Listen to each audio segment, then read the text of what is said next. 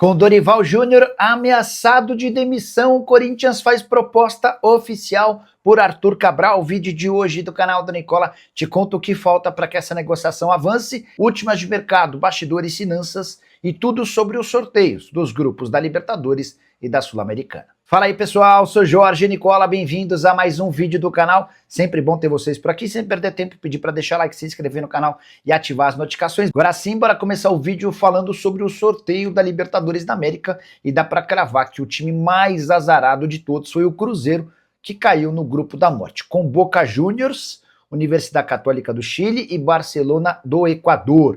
O Flamengo deve passar em primeiro, apesar de fazer parte de um grupo com Estudiantes, Cusco e Independiente Medellín. Para mim, o Fluminense também é favorito a terminar em primeiro, num grupo com Bolívar, La Guaira e Rivadavia. Corinthians caiu num grupo chato, com Peñarol, Santa Fé e Platense, mas dá para imaginar o Corinthians terminando em primeiro. Palmeiras está ao lado de Cerro Porteño mais uma vez, Júnior Barranquilla e Sporting Cristal. Para mim, o Palmeiras passa sem grandes sustos. Já o Mirassol não deu sorte, mas pode passar caso faça boas exibições, confrontos contra a LDU, para mim favorita do grupo, Lanús, segundo maior favorito, e Always Red da Bolívia.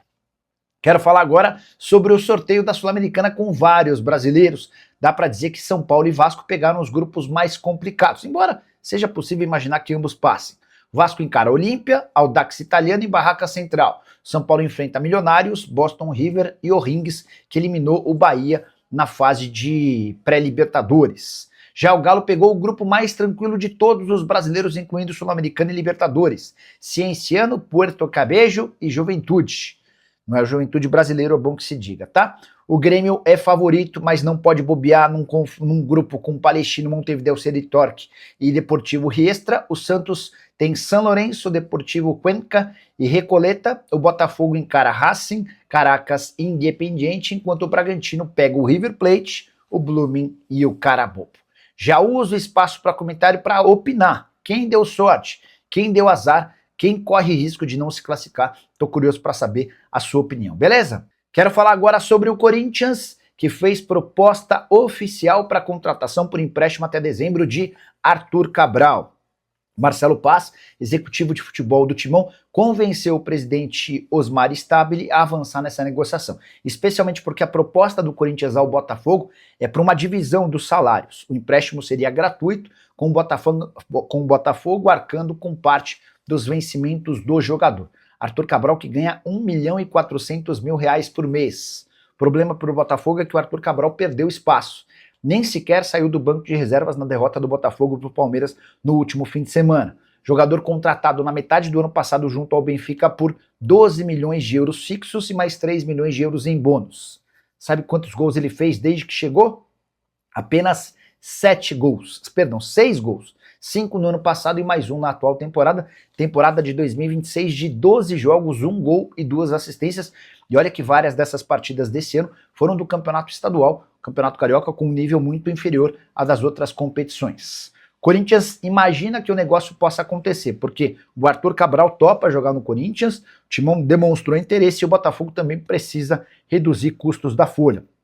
Resta saber qual será a proporção da divisão salarial. Meio a meio seria um bom negócio para o Corinthians, para o Botafogo? Já uso o espaço para comentar e registra a sua opinião, beleza? Maceió será ou não contratado pelo Corinthians? Posso assegurar que os dirigentes alvinegros já têm uma posição definitiva sobre o atacante da Luz e também sobre Bruno Bertinato, goleiro que vinha sendo alvo de vários debates internos. Sim, Maceió e Bruno estiveram na mira, foram analisados, avaliados pela comissão técnica, pelo departamento de scout e até por dirigentes. E a definição, especialmente em relação ao Maceió, é de que não vai valer a pena o investimento por agora. O jogador foi muito bem avaliado, deixou excelente impressão, especialmente por conta de seus jogos no Campeonato Paulista. Mas, internamente, a pergunta que foi feita é: trazemos o Maceió para disputar posição com o Vitinho e com o Kaique.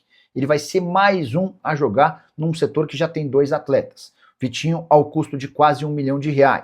Kaique, jogador da base que precisa de espaço para se valorizar e garantir uma venda futura interessante. As tratativas com a Lusa, se avançassem, seriam por empréstimo até o fim da temporada. O Maceió não custaria mais do que R$100 mil por mês. Ou seja, o martelo está batido, o Corinthians não vai levar adiante a negociação pelo atacante da Lusa. Já em relação a Bruno Bertinato, com a dificuldade na contratação de um reserva para o Hugo Souza, João Ricardo foi reprovado nos exames médicos. João Paulo, já contei para vocês que não vai jogar no Corinthians pela relação que tem com o Santos. O Timão levou adiante a possibilidade de contratação por empréstimo do Bruno Bertinato. Ele foi muito bem recomendado pelo Paulinho, que é executivo de futebol no Mirassol, e também pelo Walter, que é goleiro titular no Mirassol. O Bruno Bertinato e o Maceió estiveram no Mirassol na temporada passada. Mas, enquanto se planejava para fazer a proposta de empréstimo até o fim da temporada, o Corinthians viu o Bruno Bertinato falhar feio na partida contra o Paysandu, que causou a eliminação da Portuguesa. Portuguesa e Paysandu empatavam em 2-2 e aí, em um dos últimos lances do jogo na última terça-feira, o Bruno Bertinato espalma para dentro do gol a bola, que causa a eliminação da Portuguesa. O Corinthians desistiu de contratar o goleiro e vai buscar uma outra alternativa no mercado. Só uma última curiosidade, por conta das fortes chuvas que caíram em São Paulo, o gramado do CT da Portuguesa ficou sem condições nos últimos dias. E em alguns dos dias dessa semana, os treinos da Luz aconteceram no CT do Corinthians, que é vizinho, com direito a jogadores da Portuguesa e do Corinthians fazendo refeições juntos. Existiram conversas entre os clubes, mas as negociações, tanto do Maceió quanto do Bruno Bertinato, não vão acontecer. Para falar sobre a pressão pela demissão de Dorival Júnior.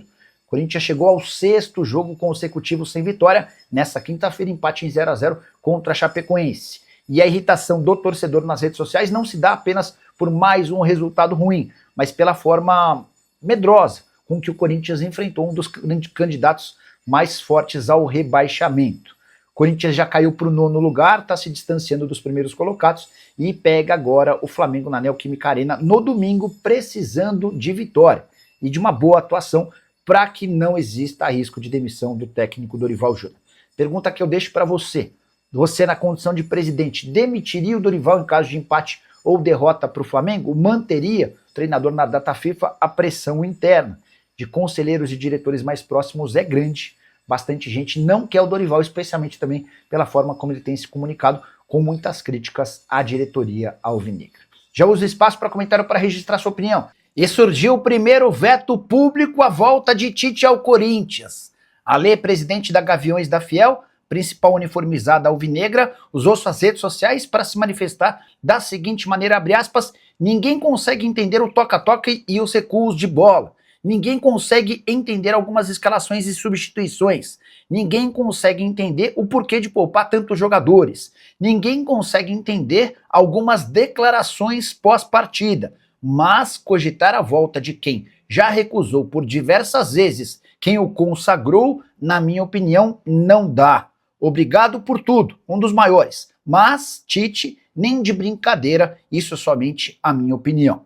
O Alê criticando o atual momento do Dorival Júnior, uma série de decisões do atual treinador alvinegro, que vem sendo alvo de um processo de fritura dentro e fora do Parque São Jorge, mas colocando a sua opinião de que o Tite não deve ser contratado. Treinador que foi consagrado no Corinthians, como ele mesmo disse, campeão mundial, mas que andou recusando propostas alvinegras. Houve até um momento em que ele afirma que não ia para o Corinthians porque ele não trabalharia naquela temporada e acabou aceitando um convite do Flamengo. Na temporada passada o Tite se acerta com o Corinthians, mas no dia da sua apresentação ele alega problemas de saúde e não se apresenta. Descobri por que João Paulo, goleiro do Santos, não será reforço do Corinthians? Posso assegurar que, dentro da comissão técnica de Dorival Júnior e na diretoria alvinegra, existia enorme vontade em fazer esse negócio acontecer. João Paulo está emprestado ao Bahia e por lá tem jogado muito pouco. Desde que se mudou do Santos ao Bahia por empréstimo na temporada passada, foram apenas 6 aparições. E o João Paulo sabe que, se fosse para o Corinthians, chegaria para ser reserva do Hugo Souza, mas com a perspectiva de que, em caso de negócio do Hugo Souza na metade do ano, ele teria a oportunidade de se firmar como titular. Pois bem, João Paulo decidiu que não vai jogar no Corinthians por respeito ao Santos. Cara que construiu uma baita história no Peixe, ainda está vinculado ao Santos, família dele ele mora lá, tem apartamento lá, está emprestado ao Bahia. E o João Paulo agradeceu o convite, mas disse, pessoal, não vou jogar no Corinthians, preciso respeitar a relação que eu construí com a torcida e com o Santos. E é por conta desse cenário que o Corinthians precisou buscar outra alternativa para o gol.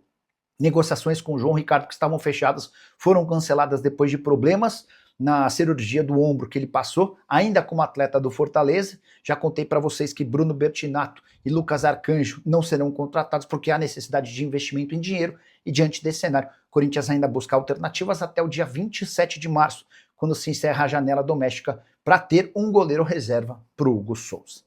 Você indicaria quem se fosse presidente do Corinthians? Já usa o espaço para comentário, só não esquece de deixar like e se inscrever no canal.